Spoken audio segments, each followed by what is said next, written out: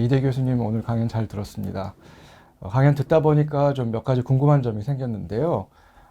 바이오 파운더리가 잘 성공적으로 운영이 되려면은 인력이 굉장히 많이 필요할 것 같고, 그 인력들을 아마 대학교에서 교육을 시켜야 될 것 같은데, 그 설명해 주실 때 중간에 카이스트의 공학생물학과가 생겨서 거기서 이제 학생들을 교육한다라고 잠깐 말씀을 해 주셨는데, 과 소개를 좀 해주시고 어떤 교수님들이 어떤 수업을 하고 있는지 말씀을 해주시면은 이제 이 유튜브를 보고 있는 학생들이 아마 지원을 할 때 도움이 좀 될 것 같습니다. 네, 카이스트 공학생물학대학원은 카이스트 내 여러 학과의 교수님들이 참여를 하고 계시고요. 대표적으로는 생명과학과, 생명화학공학과, 그 다음에 바이오 내공학과 이런 분들의 교수님들이 겸직 교수님으로 참여를 하고 계시고, 한국생명공학연구원에서는 합성생물학연구센터에 계신 책임연구원 박사님들께서 겸직 교수로 또 활동을 하고 계십니다. 그래서 굉장히 다양한 전공의 교수님들이 계시고, 또 해당 과에서 해당 프로그램에서 교육하고 있는 내용을 살펴보면은 일단 공학생물학 대학원이기 때문에 공학생물학 개론부터 시작해서 좀 합성생물학과 공학생물학에 충실한 기본적인 과목들이 좀 있고요.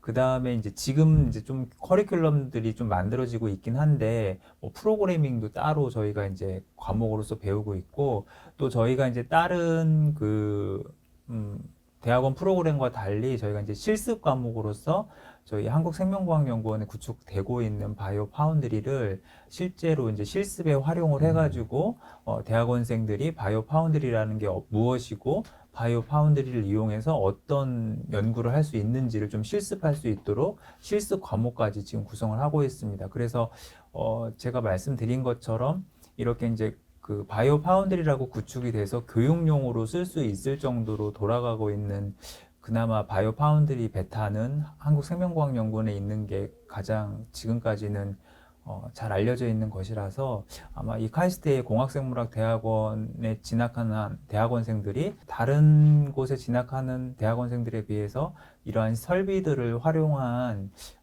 수업, 강의나 연구에 좀 더 많은 도움을 받을 수 있을 거라고 생각을 하고 있습니다. 그럼 카이스트랑 지금 소속에 계신 생명과학연구원이 붙어 있죠, 아마? 예, 바로 옆에 붙어 있고요. 걸어서 다닐 수가 있는 거리에 있습니다. 그리고 교수님도 거기서 아마 수업을 하신 걸로 알고 있는데 어떤 수업을 하고 계세요? 지금은 이제 첫 학기여서요. 저는 이제 공학생물학 개론을 강의를 하고 있고, 주로 저희가 이제 그 과목을 구성을 할 때 팀 티칭을 주로 할 수 있게 음, 구성을 해놨습니다. 그래서 이제 아까 말씀드린 것처럼 이제 원래 그 전공에 계신 학과에서 가르치시는 과목들이 있기 때문에 해당 과목들이 사실 또 공학생물학 대학원에 있는 합성생물학을 강의하시는데도 필요한 내용이라서 일부 내용을 합성생물학에 맞게 재구성을 했고, 또 저 같은 경우에는 이제 주로 하고 있는 연구 분야가 크리스퍼하고 유전자 회로를 연동하는 기술을 이제 개발하고 있기 때문에 크리스퍼 기술에 대한 이론부터 뭐 활용할 수 있는 사례까지 특히 이제 유전자 회로와 연동하는 기술들을 이제 공학생물학 개론 안에서 가르치고 있습니다.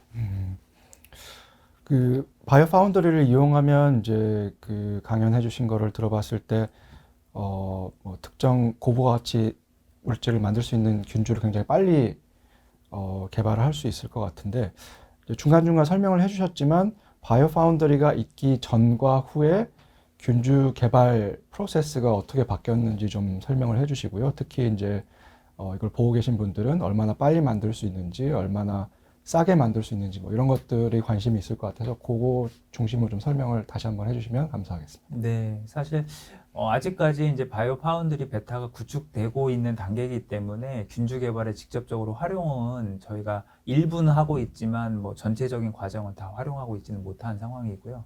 하지만 이제 저희가 이제 실험적으로 비교를 해보면 기존에 이제 어떤 물질을 생산하기 위해서 균주를 개발하기 위해서는 해당 물질에 대한 이제 대사 경로를 설계를 하고 그 경로를 구성하는 유전자들을 저희가 이제 일일이 다 뭐 PCR이라든지 이런 것들을 통해 가지고 클로닝을 하고 클로닝을 해서 이제 조립된 어떤 대사 경로를 전체적으로 다 포함하고 있는 플라스미드라든지 아니면 뭐 DNA를 이제 균주에 넣게 되죠. 그리고 이제 그 넣는다고 해서 어떤 우리가 물질을 생산하는 균주가 우리가 원하는 대로 성능을 보이지는 않거든요. 그러면 이제 그 최적의 성능을 보이기 위한 또 아주 질이 멸렬한 과정들이 이제 바이오에선 진행이 되는데, 그런 과정 안에서 이제 많은 시간과 연구자들의 이제 노력이 들어가게 되죠. 왜냐하면은 우리가 산업적으로 요구하는 그 성능과 또 연구적으로 필요로 한 성능이 상당히 거리가 있습니다. 그래서 이제 실제로 그런데 이제 공학적으로 활용하는 바이오는 산업적으로 연계되는 게 굉장히 중요하기 때문에 산업적으로 필요로 하는 성능을 구현을 해야 되는데, 그 갭이 너무 크기 때문에 그 사이에서 저희가 그 갭을 메우기 위한 노력이 굉장히 많이 드는 것 같아요. 그런데 이제 바이오 파운드리를 활용해서 균주를 개발한다고 가정을 했을 때는 그 성능을 미리 설정을 해놓고 그 성능에 맞을 수 있는 설계를 미리 하는 거죠. 그러면 이제 물론 설계도가 뭐 한계가 최적일 수도 있겠지만, 그 성능을 구현하는 설계도는 뭐 한 개부터 뭐 수십 개부터 수천 가지까지 다 되겠죠. 그런데 이제 바이오 파운드리가 없다고 하면은 그 설계도를 이제 학생이나 뭐 포스닥 같은 연구자들이 이제 직접 제작을 해야 될 텐데, 그렇다고 하면은 뭐 시간이 굉장히 오래 걸리겠죠. 그런데 이제 하다못해 그 균주를 제작할 때 필요로 하는 DNA를 합성하고 어셈블리하고 그걸 형질 전환하는 과정이라도 자동화가 되어 있으면 단순 반복적인 그 업무는 바이오 파운드리가 해소를 하고, 조금 더 이제 우리가 설계에 필요로 하는 데이터를 만들어내는 거는 이제 연구자가 할 수 있겠죠. 그렇게 따지면은 바이오 파운드리가 훨씬 더 논리적인 접근이고, 그 다음에 균주 개발을 하는 데 있어서도 성공 확률이 높겠죠. 그리고 시간은 사실은 동일한 일을 한다고 가정했을 때 초기에 바이오 파운드리를 활용하기 위해서 필요로 하는 시간들이 좀 있어요. 왜냐면은 프로토콜도 다 다시 좀 세밀하게 만들어야 되고, 그거를 이제 자동화 장비하고 연계해서 운영을 해야 되기 때문에 초기에는 이제 좀 저항감이 있지만, 그게 어느 정도 셋업이 돼가지고 잘 운영이 된다고 하면은 속도나 규모는 일반 연구자들이 하는 거에 비해서 말도 없이 빨라질 거라고 저는 생각이 들어요. 물론 이제 이게 정량적으로 저희가 비교를 안 해봤기 때문에 제가 딱 말씀을 드릴 수 없지만, 특히 이제 저희가 균주 개발을 홀 프로세스를 다 자동화를 하고 있지 못하기 때문에, 근데 이제 일부 형질 전환이나 DNA 어셈블리 같은 경우는 저희가 해보면 대학원생들이 하는 거에 비해서 뭐 훨씬 빨라졌죠. 네. 그러면 사람이 하면 하루 8시간 주 5일 일을 할 텐데 로봇들은 더 오래 할 수 있겠죠? 그렇죠. 보통 이제 저희가 그렇게 셋업을 하긴 하는데, 뭐 단순 반복적인 업무가 계속적으로 필요하다 그러면 24시간 가동할 수 있게 설정을 해놓을 수도 있고, 아니면 뭐 유지 관리 때문에 일부 브레이크 타임을 주고 또 다시 뭐 재가동할 수 있게 뭐 설정을 할 수도 있고, 뭐 그렇게 할 수는 있는데, 이론적으로는 사실 뭐 사람이 근무하지 않는 시간에도 우리가 필요로 하는 연구가 지속될 수 있도록 돌아갈 수 있게 만들 수가 있는 게 또 바이오 파운드리죠. 그런 시설이 한국에 생긴다면 참 그 연구 개발 속도가 굉장히 빨라질 것 같습니다. 중간에 이제 DNA 합성에 대한 얘기를 잠깐 해주셨는데, 그걸 들으면서 좀 궁금했던 게, 그러면 긴 DNA를 합성을 하게 되면 이제 얼마나 긴 DNA까지 합성을 할 수 있는 건지 지금, 그리고 얼마 정도를 합성하는 게 목표인 건지, 그리고 그게 가능해지면 지구상에 존재하지 않는 뭐 예를 들면 미생물의 DNA를 전체 합성하는 게 가능해지는지, 그게 된다면 코로나 같은 바이러스도 혹시 만들 수 있는지 이런 것들이 좀 궁금합니다. 예. 사실 이제 합성생물학에 가장 충실한 저는 기술 분야는 DNA를 합성해가지고 실제로 우리가 원하는 대로 뭐 미생물에 한정해서 말씀을 드리면 인공 미생물을 만드는 거라고 생각이 들어요. 그런 면에서는 이제 지금 김동혁 교수님 말씀해 주신 대로 우리가 DNA를 설계하고 실제로 설계된 대로 DNA를 이제 ATGC를 다 이어 붙여서 이제 만들어야 되는데, 사실 저희가 이제 그 국내에서는 이렇게 DNA를 설계해서 합성한 다음에 인공 미생물을 만드는 연구 분야가 상당히 다른 국가에 비해서 좀 덜 연구가 되고 있고, 그래서 이제 제가 근무하고 있는 한국생명과학연구원에서는 이제 오래 전부터 사실은 이 인공미생물을 만드는 분야에 많은 투자를 해왔었어요. 그리고 아까 제가 말씀드린 것처럼 저희가 구축하고 있는 바이오 파운드리 베타도 유전체 합성 쪽에 좀 더 포커스가 되어 있고요. 근데 지금 저희가 이제 하고 있는 일을 좀 말씀을 드리면, 저희는 사실은 지금은 한 300머 정도 되는 올리고머를 이제 그 설계해서 주문을 한 다음에 이 올리고머를 이제 조립해가지고 좀 긴 DNA, 장세 DNA를 만드는 식으로 좀 진행을 하고 있고요. 그러다 보니까 이제 이 어셈블리 하는 방법이 또 굉장히 중요해집니다. 이제 사실은 말씀하신 것처럼 DNA 합성하는 기술이 더 발전되고, 그래서 이제 긴 DNA를 만들 때도 뭐 경제적이고, 그 다음에 이제 에러도 없다고 하면 한 번에 긴 DNA를 만드는 게 제일 좋겠죠. 그런데 이제 지금 기술로는 그것이 이제 좀 비용뿐만이 아니라 여러 가지 그 기술적인 한계도 있기 때문에 지금은 확실하게 에러가 없는 그 길이를 가진 올리고머를 주문을 해서 그걸 어셈블리 해가지고 좀 긴 DNA를 만드는 게 좀 더 효율적인 방법이라고 생각해서 그 방법을 하고 있고, 인공 미생물 같은 경우 사실 저희는 이제 좀 하고 있는데, 저희가 이제 그 M13 박테리오 페이지 같은 경우에는 이제 어셈블리를 해서 실제로 이제 대장균에 감염을 시켜가지고 그게 이제 플라그를 형성하는지까지 본 케이스가 있었고요. 그 다음에 지금 이제 하고 있는 거는 그 아데노 부속 바이러스라고 해서 AAV라고 부르는데, 이제 보통 유전자 세포 치료제의 전달체로서 많이 쓰이는 바이러스인데, 이 바이러스 굉장히 고가예요. 그래서 이제 저희가 실제로 미생물을 통해 가지고 이 AAV 유전체를 합성하고 조립해 가지고 실제로 패키징까지 되는지를 현재 연구하고 있는데, 최근에 저희가 얻은 결과로는 효모 안에서 이게 다 어셈블리가 돼 가지고 그 핵 293 T셀에다가 트랜스펙션 시켰을 때 그 감염까지 되는 걸 저희가 확인한 게 있거든요. 그래서 이제 한 뭐 1메가 이하 정도 되는 거는 사실 뭐 크게 어렵지 않게 할 수 있을 것 같다는 생각이 드는데, 저희한테 이제 도전적인 포인트는 이제 우리가 그 실험실에서 많이 다루는 모델 미생물 대장균 정도만 돼도 벌써 한 4.6메가 정도 되니까 굉장히 좀 도전적이잖아요.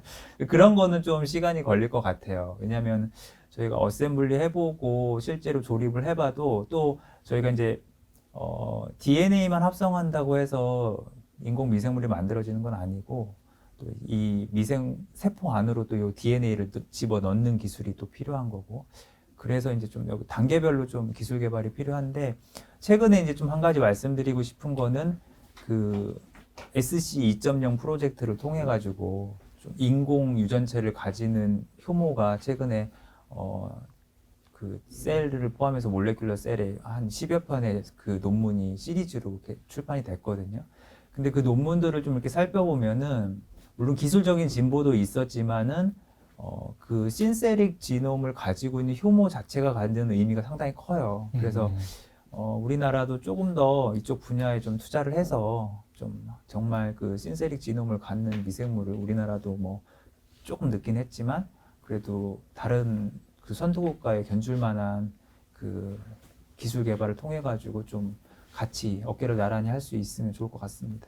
예. 그 이스트 신테릭 지놈 컨소시엄에 한국이 지금 안 들어가 있죠. 예, 불행히도 지금 한국은 빠져 있습니다. 그 싱가포르라든지 중국이라든지 호주, 영국 이런 국가들이 다 지금 포함이 되어 있는데, 우리나라는 좀 아쉽게도 빠져 있어요. 그래서 혹시 기회가 되면은 사실 우리나라도 참여를 할 수 있는데, 그러니까 효모의 지놈을 만드는 프로젝트는 이제 거의 마무리 단계라서 새로운 컨소시엄이 구성되지 않는 이상 좀 우리나라가 참여하기는 어려울 것 같고, 그래서 좀 우리나라 자체적으로 좀 그런 걸 구성해봐도 좋을 것 같다는 생각이 듭니다.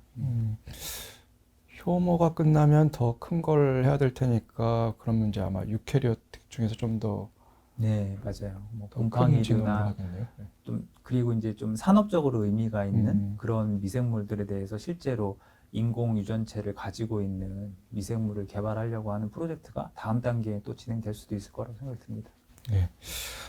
이제 마지막 질문을 좀 해볼까 하는데요. 그 강연해주신 슬라이드 보다 보니까 그 기계 장비들이 굉장히 많이 등장을 하는 것 같더라고요. 그 중에 로봇팔처럼 보이는 장비도 있었고, 그래서 요새 보면은 커피도 좀 기계가 내려주고, 라면도 기계가 끓여주고, 그리고 뭐 다양한 음식들을 이제 닭도 기계가 튀겨주고 하는데, 거기서 쓰이는 로봇팔 같은 게 실제로 쓰이는 건가요? 아니면 약간 더 다른 장비가 쓰이나요? 그리고 로봇팔 말고 다른 장비도 좀 소개를 간단하게 네. 몇 가지만 해주시면 네, 감사하겠습니다. 네, 좋은 질문이시고요. 사실 저희가 이제 이 바이오 파운드리가 그 바이오만 연구하는 사람들이 절대로 이제 단독으로 할 수 없는 것 같아요. 저희가 이제 실제로 해보면 장비를 개발하시는 분부터 소프트웨어를 개발하시는 분, 실제로 그리고 장비와 장비 사이를 연결해서 자동화시켜 주시는 분, 이런 분들이 다 필요해서 그런 그 정말 융복합이 가능해야만 구축될 수 있는 게 또 바이오 파운드리 같은데, 대표적으로 저희가 또 잘 모르는 분야가 로봇이에요.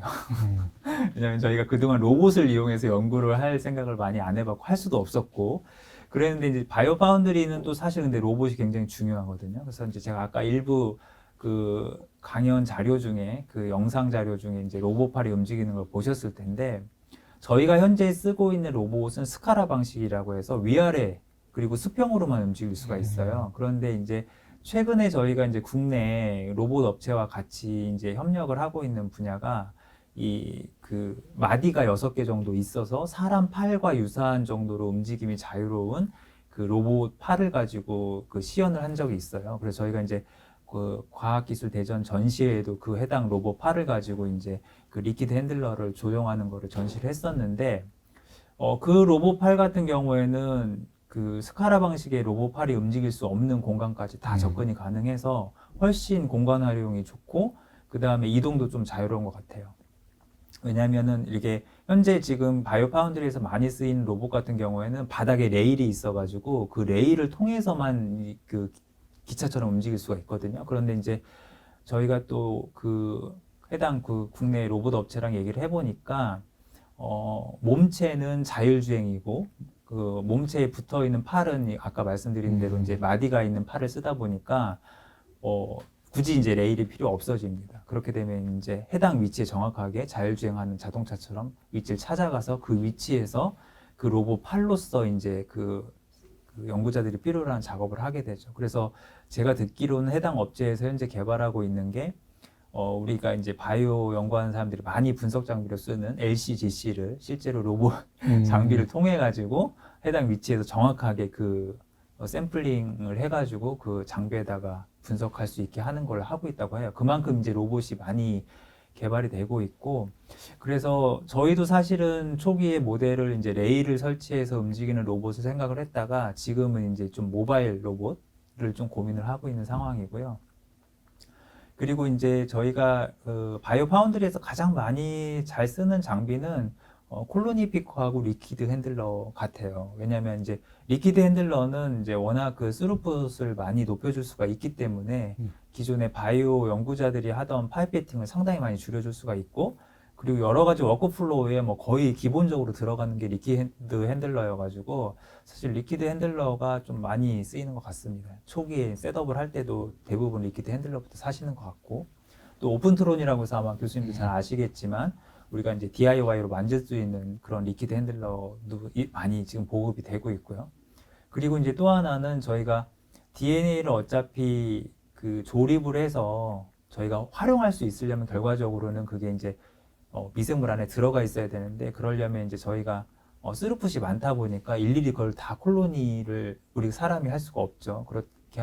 그렇다 보니까 이제 이미지로 인식을 해서 콜로니를 한 번에 피킹을 해가지고 옮겨주는 이제 콜로니 피커가 또 산업적으로나 그 저희가 연구 개발하는 데 있어서 상당히 중요한 것 같아요. 그래서 그런 것들이 예전에도 쓰이긴 쓰였는데 단편적으로 쓰였죠. 그리고 이제 워낙 고가다 보니까 일부 연구실에서만 쓰이고, 그런데 이제 바이오 파운드리는 그런 장비들을 직접화 해놓고 그 안을 자동화할 수 있게 해놨기 때문에 이제 활용도가 훨씬 높아질 거고, 또 이게 공공성을 가지게 되면 이제 접근성도 좋아지겠죠. 그런 면에서는 이제 공공 바이오 파운드리 안에 그런 장비들을 통해서 좀 많이 확산될 거라고 생각을 하고 있습니다. 예. 긴 시간 좋은 강연 감사드리고요. 이렇게 마무리를 해볼까요? 손을 흔들면서 안녕 하면서 마무리 한번 해볼까요? 예, 알겠습니다. 자, 하나, 둘, 안녕.